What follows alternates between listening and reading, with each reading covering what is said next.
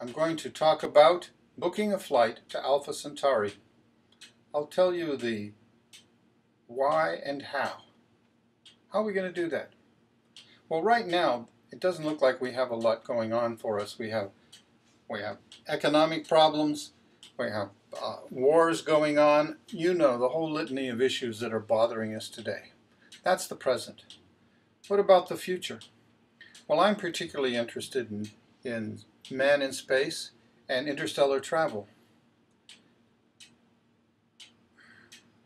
Why would we want to do that? Why would we want to travel to another star? Well, think about this. Right now, the Earth is getting all filled up. We have all these issues, all these problems. We're basically nomads. You know, up until about 10,000 years ago, our genetic heritage is based on building a campsite somewhere and staying there for a few years until it gets polluted, till it runs out of game and so on, and moving to another place, and so on. We keep moving. Now we're in the Earth. The Earth is sort of getting fouled up, right? A lot of people, shortage of resources. I don't need to say any more. We have a lot of issues of why the Earth is not necessarily a good place to live. So what do we do about it? We go to another star.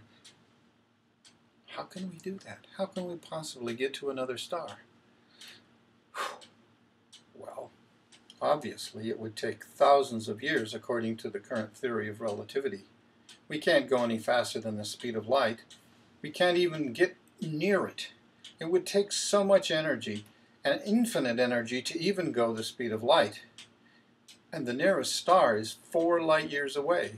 At the speed of light, it would take us. Well, we'd have to find a way to travel faster than light. Faster than light. The theory of relativity, the current theory of relativity, is based on, that says we can't go faster than the speed of light, is based on light. All of the tests, all of the verifications use light, or electromagnetism, microwaves, magnets. All of these things are used to test the theory. But that doesn't mean the theory is true. It only means that we can only see things going less than the speed of light. If you were traveling faster than the speed of light and a policeman was out there with a radar gun, boom, radar goes the speed of light. That light couldn't catch up with you. He wouldn't be able to see you. Likewise, we can't see anything in space that's going faster than the speed of light. So it's one of those problems, like the emperor's clothes. If we can't see it, we can't talk about it. Well, so the current theory of relativity is based on the notion, is based on tests using light and electromagnetism, which all are limited by light. So we can't see it, we can't test it. If you have a can't see it, you can't test it. Here I have a radiometer. This tests, this rotates at a speed based on the pressure by the photons that are hitting it. What's the fastest that these little paddles could go?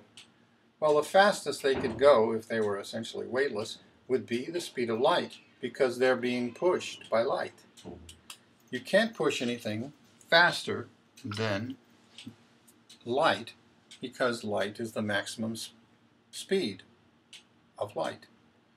Just as you can't push a wagon any faster than you can run. Have you ever tried it? The closer you get to the maximum speed that you can run, the less push you can give, until finally when you're going that speed, you can't push anymore. But if the wagon is pushing itself using some form of energy, it can go faster than you can run, right? The same goes true of a spaceship.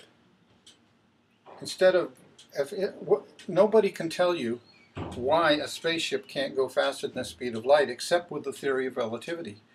But there's no viscosity, there's no limitation that any scientist can tell you. And I've asked, well, what's holding you back? What's holding you back is the theory, not any physical force that we've been able to identify. So this alternative theory of relativity that says you can go faster than the speed of light, but you have to have an internal power source that is totally coupled to the spaceship that you're traveling in. Then you can go faster than the speed of light.